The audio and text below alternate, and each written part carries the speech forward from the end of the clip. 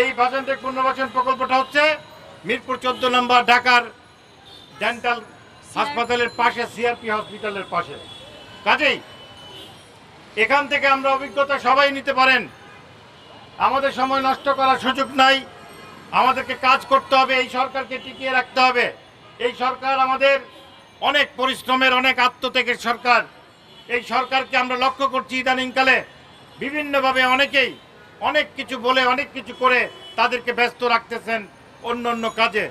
অথচ এই সরকারের ঘাড়ে একটা বড় দায়িত্ব, এই 18 কোটি মানুষের মুখে হাসি ফোটানো।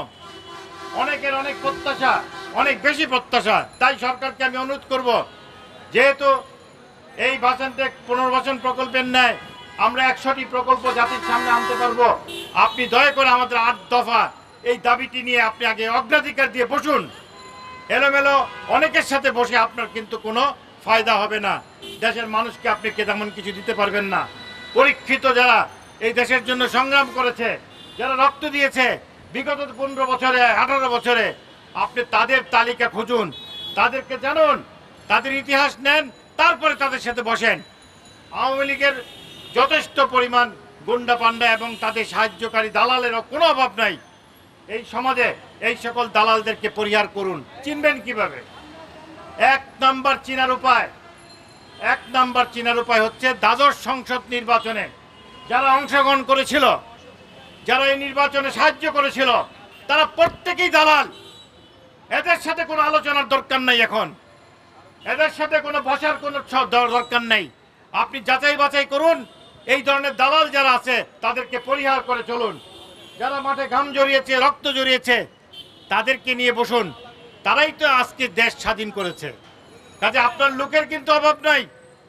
আমি যদি আজকে আপনি সময় এদেরকে না দিয়ে আপনাকে সময় নষ্ট করবে যারা, তাদেরকে দেন, জনগণ কিন্তু আপনার প্রতি যে বিশ্বাস ছিল সেটাও নষ্ট হয়ে যাবে।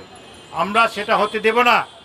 তাই আমাদের মাননীয় প্রধান উপদেষ্টা সহ অন্যান্য সম্মানিত উপদেষ্টাগণদের প্রতি দৃষ্টি আকর্ষণ করে বলছি, আমরা যেহেতু শহীদ মুক্তিযোদ্ধা পরিবার, আমরা 71 যুদ্ধে আমার 2 মামা শহীদ হয়েছেন, আমার বাবা শহীদ হয়েছেন।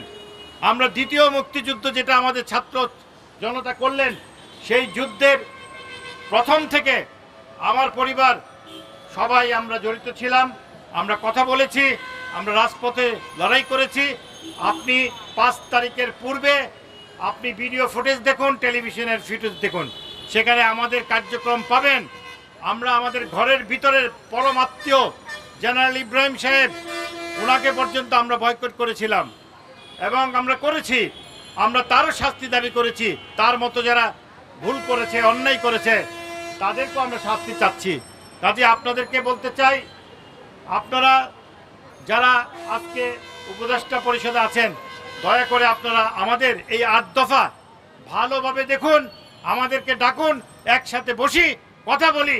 আমরা কালকে থেকে কাজ শুরু করতে পারবো ইনশাল্লাহ।